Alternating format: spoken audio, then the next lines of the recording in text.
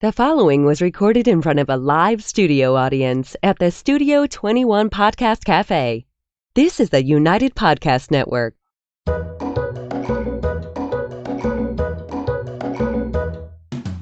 Welcome to the Quirky Dog Podcast, inspired by some of the quirkiest dogs you can ever imagine and the owners who love them. This podcast is brought to you by the quirky couple themselves, Scott and Jess Williams. Their aim is to educate and entertain.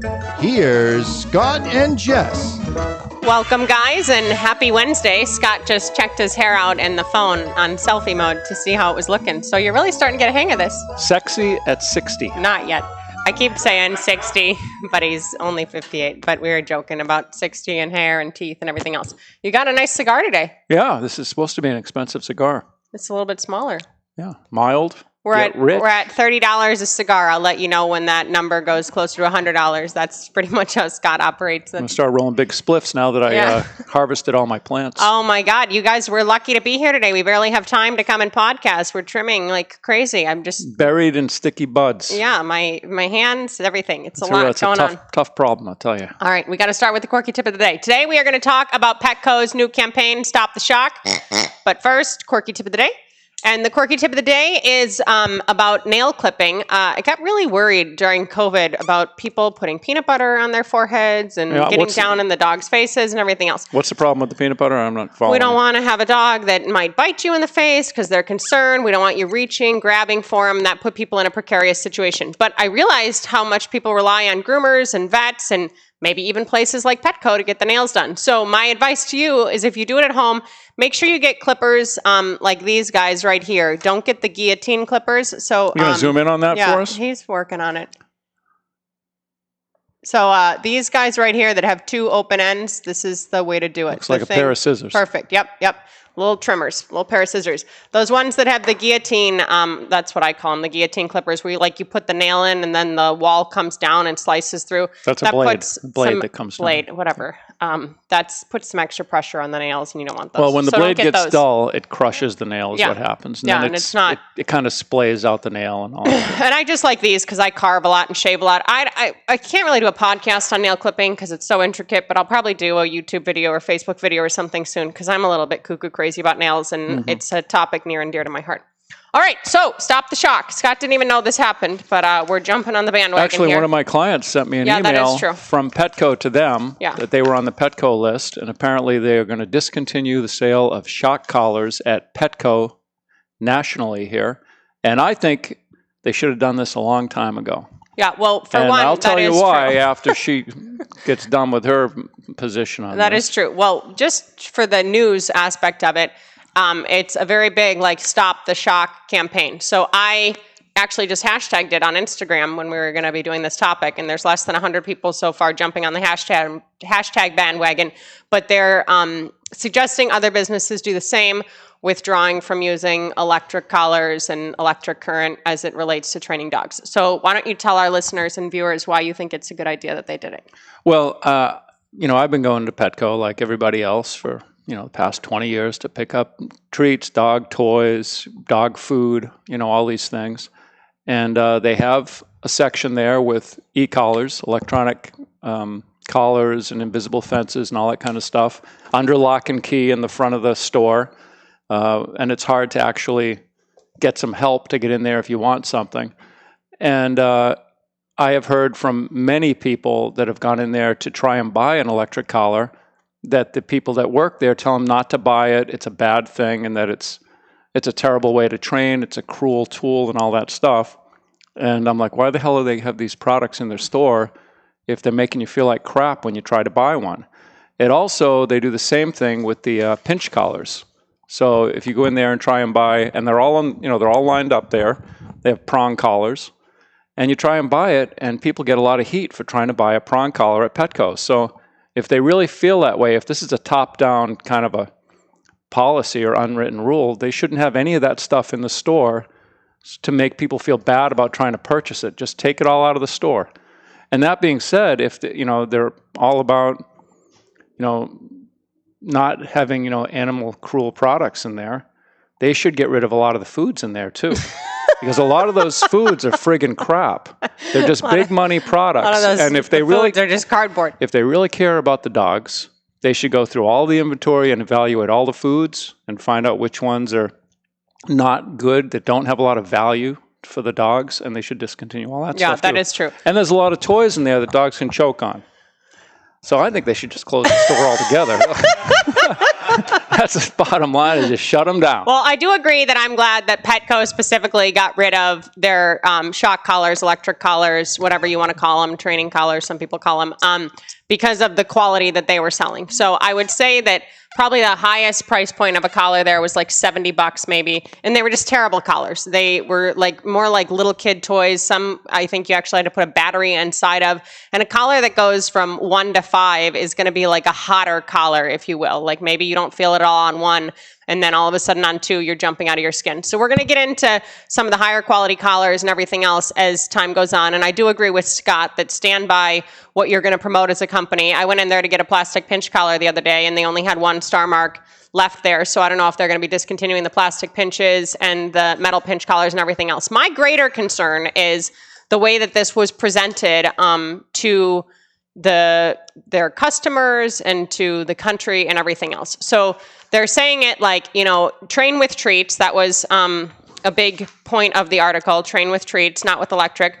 Well, that's all fine and good, and I'm not saying that you have to put an e-collar on a dog and start hitting buttons to get them to work, but many dogs do not take treats, whether it is in their home, whether it is outside of their home, whether it is during a 6-week class at Petco. That is one thing that you can't just pull out treats and get dogs to do things. If that was the case, no one would ever call a dog trainer, because they could just walk around the yard with hot dogs and their dogs wouldn't bark at squirrels and they wouldn't, chase other dogs walking by and everything else.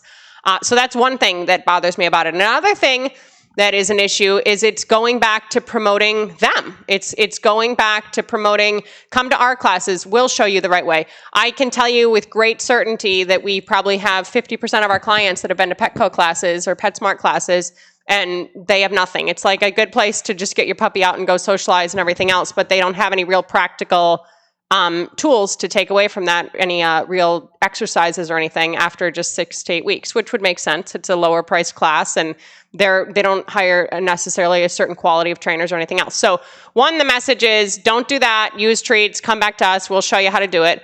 Ideally, that's the case. And then what they're also doing is they're saying, if you're unclear about the best way to do things, we have a free online class for you. Well, all that is an email generator. They want to get people's emails to build their list. Smart move, good way to go. So they're going to give you this free course. And then it says in the article, verbatim, it says, Petco said shoppers will be encouraged to try products and services rooted in positive reinforcement training methods, including its new online training program and private and in-home training classes. So, what's the problem? Well, what that means now is these Petco trainers, who they're nice people, I'm not saying anything, but they're not super qualified, they're going to be basically going out and doing what you're doing, which scares the living hell out of me, and it should out of most dog owners. You just went to see that American Bulldog the other day. You said it was the most aggressive dog you saw in years. That's true, but I'm not going to knock all Petco dog trainers, because I know a few, I've known a few over the years that were pretty good, that referred me quite a bit, because their hands were tied with the methodologies they could use.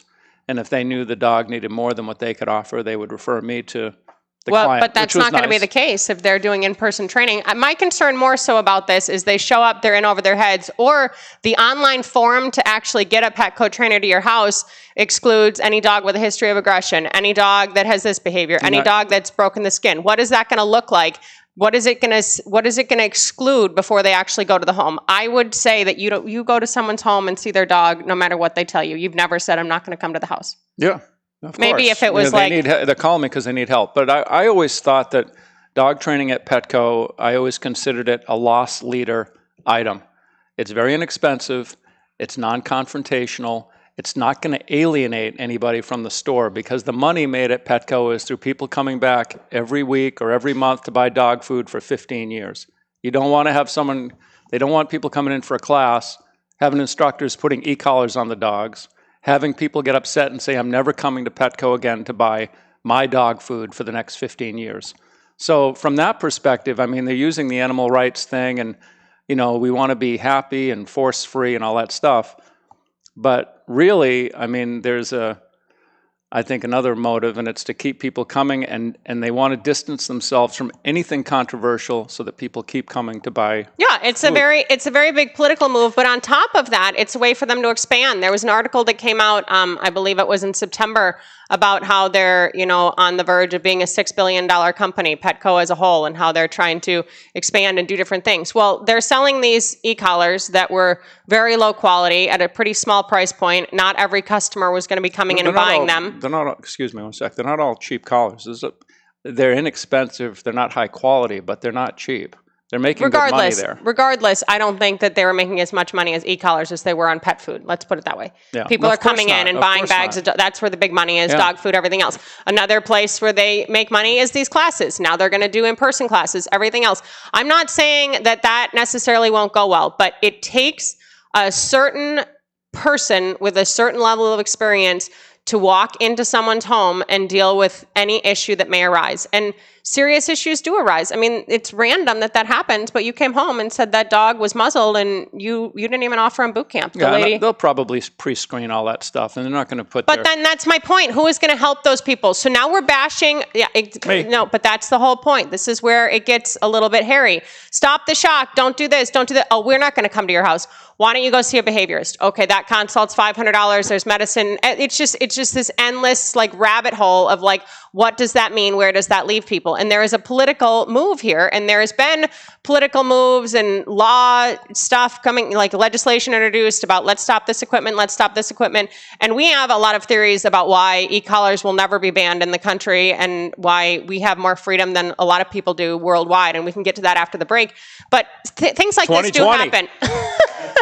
Things like this do happen, though. I mean, in Switzerland and in Sweden, they actually have a ban on crates. You cannot legally crate your dogs there. They will not allow you to do that. They see that as inhumane, and they look upon us as what the hell's wrong with Americans? Why can't you guys manage dogs, control dogs, anything else? So these things do happen. These things do get passed. They have no compulsion over in those places either. You're not allowed to use pinch collars, not allowed to use e-collars, or people are doing them secretively and in the back door and everything else. So the main point of the first half of the podcast is, yes, Petco did this, and yes, there's going to be some good benefits. They're trying to promote other businesses follow suit, and that's problematic for a multitude of reasons that we're going to unleash as we delve a little bit deeper.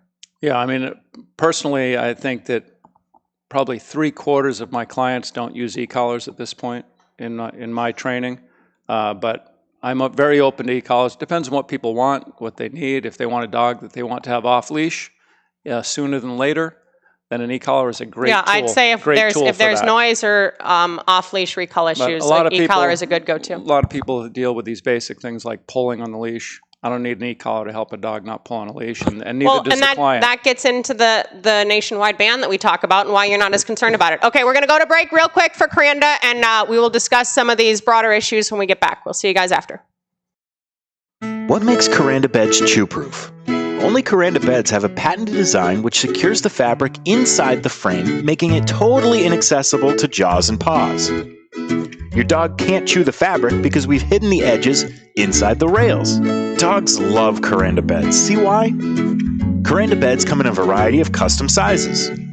You can even add a fleece pad on top for extra coziness. And these beds can be used both indoors and outdoors. But best of all, our beds are easy to clean. Just wipe them off or hose them down.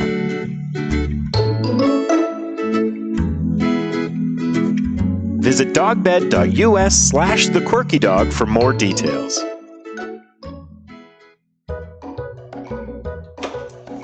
All right, we are back and we are ready to rock and roll. So the quirky question of the day actually ties into this topic. And since we do talk about balance training and we aren't opposed to the use of e-collars or anything else, someone asked, what is the best e-collar to use in the market? And I will say that we really like the Dogtra. I would say Dogtra, Sport Dog, Garmin, and e-collar technologies would be my 4 go-tos. Am I missing anything? Yeah, and Dogtra's been getting a little bit of heat lately. I hear from other trainers and people that about there's a lot the quality. Of inconsistency in the Dogtra product. We still like it. It's a easy-to-use collar. The one thing I do want to mention is this collar, and one reason why we like it is it goes to 0 to 100, okay? So a lot of times, like especially on a return or something, Scott will actually have owners have this in their hand and hit this and be like, you know, can you feel anything? Can you feel anything? Can you feel anything? And even for me right now, on like 20, I feel a little bit of something, but it's like an e-stim on with a Cairo. It's not a big, you know, oh my gosh, what are we doing here? And some dogs are very sensitive. Like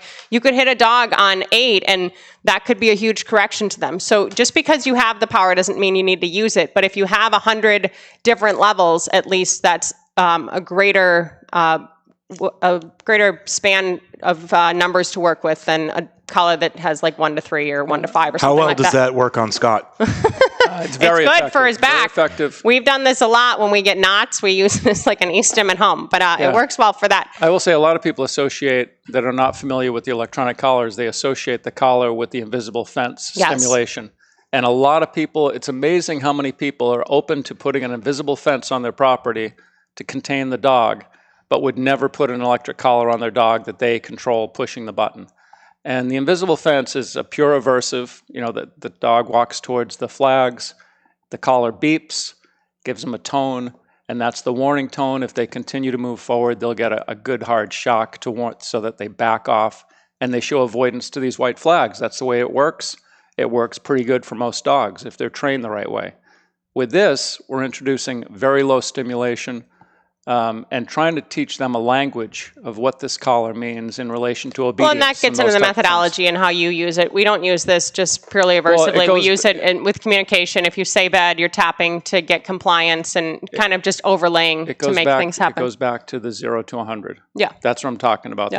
You're not doing an e-collar or an invisible fence where I'm going to baby you and start really low, and if you run through the fence a half a dozen times, I'll turn it up a little bit each time. You want them to not go through the fence. Yeah, it's an aversive right from the front. And I will say dogs that we've trained on electric, if they do have a history of an invisible fence, they will often react differently because they've already had this really strong introduction. And with that said, I don't know if this will remain the case, but as of a half an hour ago before we started this podcast, Petco still had invisible fence collars all over their site. So I guess this is just stop the shock as it relates to you holding a remote or anything else. They don't want to stop the profit. Yeah. Just stop the shock. Their bark collars, I believe, were more citronella based, but the invisible fence collars with the electric were still on the site. And that is something that we see so often, even like positive like trainers and clients or whatever you want to say, they'll have an invisible fence. And you're like, what are you doing? Oh, well, you know, a fence is really expensive. It's an eyesore. We got to keep the dogs contained. They just think of it all totally differently. So I do want to get into this because you always have a good, well, at least get into what? 8 years ago, you had a good response to this. I don't know if it's the same response. Why are you not concerned about a ban on e-collars in the country? For your own profession and your own sake. My I guess business is not based around e-collars. I'm a dog trainer. I train dogs I could train a dog with a leash and a flat collar, most dogs, if need be.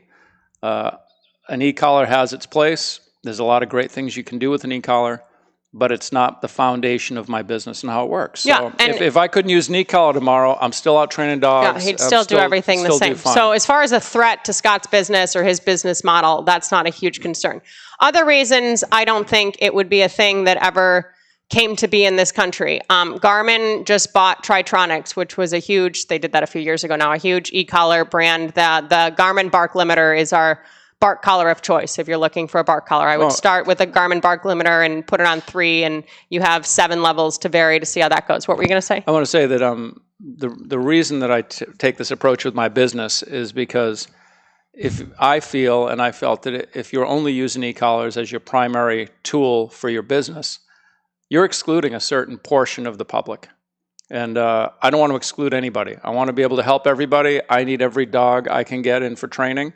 And if people say, hey, I don't want to use an e-collar, depending on what they tell me, 9 times out of 10, I'll say, fine, we don't need one. If they say, hey, I want my dog off leash on the beach in 3 or 4 classes, but I'm not using an e-collar, I'll say, well, I'm not the right guy for and you do that, yes. You do it not to exclude. You do it not to exclude clients, but you also do it because you don't need the tool. I mean, that's the broader. You're a talented enough trainer that you can train a dog without any collar, so it's not a big to do. But as far as the logistics of what this would look like, so there's been some stuff like there was a county, maybe it was Hillsborough County, somewhere in Florida, where they were introducing legislation, and this is all normally very animal rights driven. This isn't driven from trainers. This is all driven from a broader animal rights base. Trainers are out working for a living. They're not gathering names for petitions. So there was a county in Florida where it was like, we don't want you to be able to use, pinch collars, e-collars, everything else. In the States, it is very hard for things like that to pass. And I think that that's a multifold system. I would say COVID has brought out a lot within Americans about they want to freaking live how they want to live. They want their rights. They want their guns. They don't want to wear masks, whatever else. Furthermore, Garmin, as I was saying, bought out Tritronics a few years ago. Garmin is almost a $9 trillion company, okay? So Petco is, brinking on maybe hitting like the $6 billion mark. We're talking big money. We're talking big money behind all of these things. And everyone quotes the same few studies of, oh, they can cause stress. Oh, they can do this. Oh, they can do this. Well, scientifically, you can put e-collars on dogs and measure cortisol levels and make things happen as well. Like, it's not something that has been done where there's studies, but you can show that, like, here was a dog, here's a dog at the end of training, which one's less stressed, which one's more compliant, which one's cortisol levels are happier, yada, yada, yada, yada, yada. So when we're talking $9 trillion and big profit margin and things like that, there are ways where legislatively people can push back, and money in law matters a great deal, as we can tell with how things have gone a bit in 2020 and the rest of the time. So for us, we're not super concerned about, oh my God, collars are going to be banned in America. It's what is this rhetoric? What are we pushing? It's the same thing as adopt, don't shop. It's a completely other podcast, but these are just buzz phrases about like, okay, who is pushing all of this stuff? Adopt, don't shop was very Pet Story, very everything else. It was pushed with a mission. This is pushed with a mission. Stop the shock. We're getting rid of all electric collars at Petco except invisible fences as of today, even though we made the big announcement yesterday. Okay, so what does that mean for a broader sense? We encourage other businesses to do the same. It's just getting on a political bandwagon here, and it's about money. Correct, yeah. So just know what you're seeing and know what you're looking at and understand that better. And I am not saying that maybe you can go to an in-person class at Petco and fix all your problems, or have a Petco trainer come to your house and everything will be great. But dog training is tricky. Dog training takes a lot of experience. It is not a cookie cutter thing. You do not say, oh, that dog's 20 pounds, displays this behavior, okay, this is what we're going to do. That's part of my concern with medication, is people just medicate so quickly just by observing. Dog training is very in the moment, feel, go with your intuition, see how the dog is responding. If something isn't working, change up the frickin' camp. I once taught a dog how to walk on a pinch collar on a gentle leader. I mean, that's what happens sometimes. The dog would bite the leash. Okay, then I put the muzzle on the dog. Then the dog tried to claw out its eyes with the muzzle. I did it by conditioning the dog to a pinch collar by wearing a gentle leader. Speak out, look outside the camps, look where you will be successful, where your clients will be successful, where the dogs will be successful. And as soon as you start taking tools away, you're limiting success of other people. And really, I don't know how to say this in a nicer way, but screw you if you're going to make other people feel bad for not being able to fix a certain issue, but you're not willing to help yourself either. That really bothers me, this like bashing and shaming we do with everybody else. And then you say, okay, can you take my dog? Can you do it? No, I don't deal with aggression because of my insurance. Yeah. Or that's outside of my realm of things. Why don't you go see this behaviorist? Like, that is such a crock of shit. If you're not going to help someone, do not make someone feel bad for their own choices. Do I use electric with my own dogs? No, I don't. And we don't really even have collars on any of our personal dogs. There's really no need. There's really no nothing. I have one dog that I'll put the collar on. If we go out to the beach, you'll put the collar on your Malinois or something just for some extra security. But like, it's not like our dogs only listen because we have remotes in our hand and we're, telecasting at the dogs and do this, do that. Like, it's such a deep-rooted issue of like, okay, you're going to talk a lot of smack, then fine. Show me the answers. Take the leash. Hold the leash. The alternative is you start putting dogs down all over the place. Or you medicate the hell out of dogs. And that's not cheap either. Like, if you want to go the money route, like, oh, you know, I'm not used to dealing with that. Let's go to see a behaviorist. I don't know what the average dollar amount is that people spend on a behaviorist. It's like but $500-$600. That's just for a consult, and that's outside of medication, and that's a whole nother can of worms, but that's not hitting the mark either. We're seeing a lot of fallout there, and that's something that we will address at a later time in more depth to give you guys our understanding on that as we see it. But a lot of these people who are pushing treat, train, don't use any aversives, make the dog happy, don't put too much pressure, they're not in the field actually handling dogs. And it really bothers me with this purely positive movement of all these figureheads. Not many of them are out there actually holding a leash anymore. They're just influencers. And are their own dogs great? Yes. That doesn't mean they're interacting with the public on a regular basis, nor does it necessarily mean they ever did. But the proof is in the pudding, guys. We train at least 300 dogs a year, 300 to 500 a year. We've been together ourselves for almost 10 years now. That's a lot of freaking dogs between the two of us. And Scott's done way more dogs besides that outside of the scope of me. So I don't have an issue with Petco making a choice for its company, for its own profit or anything else. But don't turn this into a political freaking game of stop the shock and everybody follow and we're so great and, you know, be more like us and having PETA in your back pocket and all this. Like, it gets sleazy. And I guess maybe it's 2020 and the election's going to be in a month and sleazy's just popping up everywhere and every way from every side. But it happens in the dog industry too. So at least see it for what it is, make your own choice as you want, and then move forward. But open your eyes. Don't act like, oh, this is so great. We're moving forward and we're making such progress. Yeah, I don't think that shock collars should be banned for sure. We need to have access to any tool that we choose to use. And the flip side of that is if you're abusing a tool and abusing an animal, you should be friggin' hung out to dry. Yeah, you know, and you can abuse an animal with a flat collar. You can abuse an animal with your bare hands. Like, this isn't about tools. This is about people and how they interact with animals. Yeah, there was a video I saw the other day on one of these social networks where this guy, the dog ran away. He finally got the dog, and he's bringing the dog on a leash back to his home, and he stops and just starts punching the dog in the head because he was so pissed that the dog ran away. It's crazy. You know, people are, you know, they get all emotional. But I mean, yeah, if you're going to just start hammering a dog with an e-collar or a pinch collar or a flat collar, if you're going to hold the leash, you know, whatever, kick your dog, you should go to jail. And you stopped using e-collars for a while in California because you didn't like the way that the clients were dealing with it. That was over a decade ago. I stopped using collars for a while because people were only using them to stop behavior they didn't like. They didn't care about training. I got the feeling that they didn't care about training. They weren't doing the homework. But the dog wasn't digging in the yard anymore, wasn't chewing on the furniture. It would just, you know, lay in the corner and not do anything. And I was like, I didn't get into this business for that, you know. But that's not so much the case. That's not so much the case now. People, if anything, being button happy or whatever you want to call it, isn't so much the case now. It's just getting people to just follow through with structure. If we can get people to create their dogs, and here's another difference is that in my front end questioning and pre-screening kind of clients, I have created or work more with people I want to work with. When I first started, I was scared that I couldn't make a living, and I took everybody that would give me a credit card. And I took, you know, and so I was getting into a lot of situations with people I didn't want to be in. And I learned from that, and then I started saying, hey, you know, if you just want to stop negative behavior and you don't want to train, I can't help you. We need to, you know, teach this dog some behaviors and how to be a good social member of society. You know? And the other flip side of what a lot of people were saying is, yeah, it's great. These shouldn't be available to the general public. They should just be available to trainers.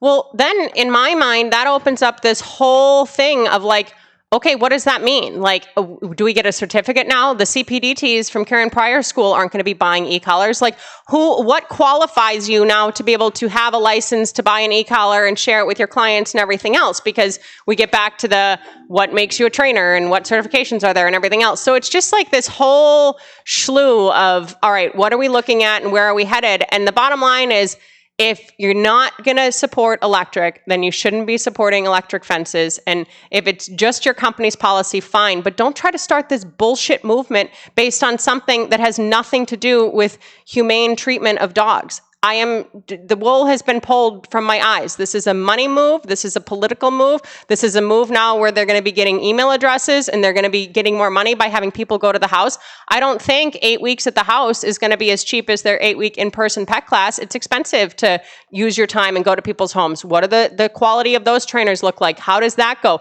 Are we going to have news stories now of Petco trainer goes to home and is mauled, this, that, and the other thing? Like, these are all things to consider, and this matters. And the bottom line is we are heading towards a clusterfuck of dog ownership more than we've ever been heading. Quickly downhill, in my opinion. And stuff like this gets the boat only going quicker and only going down quicker, and no one's seeing the repercussions that this may have. So I just want to put that out there so everyone is aware. Do you have any closing thoughts? Well, dog training is an unregulated industry, and any dog training certification, a certification was made by a person that decided, I'm going to create a certification for dog trainers. That's all it is. It's not a government entity.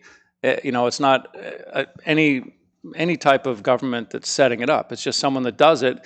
And if they've done it long enough, then it seems like a legitimate thing. They've made it bigger and bigger. Word of mouth travels. Like nowadays with Yelp and Facebook and everything else, those are the successful dog trainers. But I mean, there's e-collar schools you can go to, get certified as an e-collar trainer. It's someone that got into e-collar training and was proficient enough to show other people how to do it, and then gave them a certification after they went through their school. It's as legitimate as it can be. Same with the clicker trainers and everything else. But none of it, it's all just someone decided, hey, I'm going to open up a school and I'm going to certify people. And furthermore, if you are going to go to a school like that, look at the figurehead of that school. I don't care who it is. I'm not even going to start mentioning names. But look at who is running that school. See if they work with dogs. Exactly. See the last time they picked up a leash themselves, whether it was their dog or someone else's dog, and then question, well, why are they going to get X amount of $1,000 from me or whatever it is? Like, just do a little bit of research. Just stand back a little bit and look at things from a broader picture. And yes, if you're jumping on the Stop the Shock movement, good for you. That's fine. It's all your own choice, but at least know the interworkings of what really is going on here. And I believe that some of the things that we have exposed today is the real reason behind this. It doesn't have anything to do with them hoping that dogs live happier lives and eat more treats. Well, it's one of the reasons why the e-collar trainers and the franchises are so popular. It's because it does work, and you can teach someone how to use an e-collar effectively and train a dog with it. And you can get results in a quick, in a short period of time. So if it's done right, it's a very effective tool. Yeah, and then where are you going to draw the line? I guess that's the bottom line, is like, people will be like, oh, these are all businesses that Trump supports. If you don't like Trump, don't do this. Okay, well, AT&T's on there. I'm not going to freaking go and change my phone service now for this. So if you're happy that Petco did this, great. Then you should only be shopping at Petco. If you're upset, then you shouldn't give Petco another dime again. But like, where are we going to draw the line? There's all this political minutia here, and how much does it really impact your day-to-day life? And if you believe in the movement, that's great. But I don't think Petco is going to start this big slew of, hey, we got the other companies to follow lead and take suit, and yay, good for us. Maybe they will, maybe they won't. You brought up Trump. Oh, God, here we go. I'm glad that he's recovered. He doesn't own a dog. Oh, this makes me very stressed. That's next week. And if he did own a dog, would he use an e-collar? Or what dog would it be? Next week, we are going to do White House dogs. We're going to have a little bit of a lighter topic, but we needed to address this today. This is a big thing going on in the dog world, and just know all the facts before you make your decisions. That's how I feel. Yeah, and leave a comment if you think that we shouldn't have e-collars or we should. Let us know what you think. Yeah, comment, like, share, bash us, love us. We'll take it all. I'm going to put an e-collar on the pig. He did in the Instagram. Okay, next week we're doing White House dogs. Think about what kind of breed Trump may own if he did own a dog. But Joe Biden, I think he owns some dogs, no? He does. Oh, that's exciting. All right, studio at thequirkydog.com. If you need anything from us, we'll see you next week. Keep it quirky. Peace.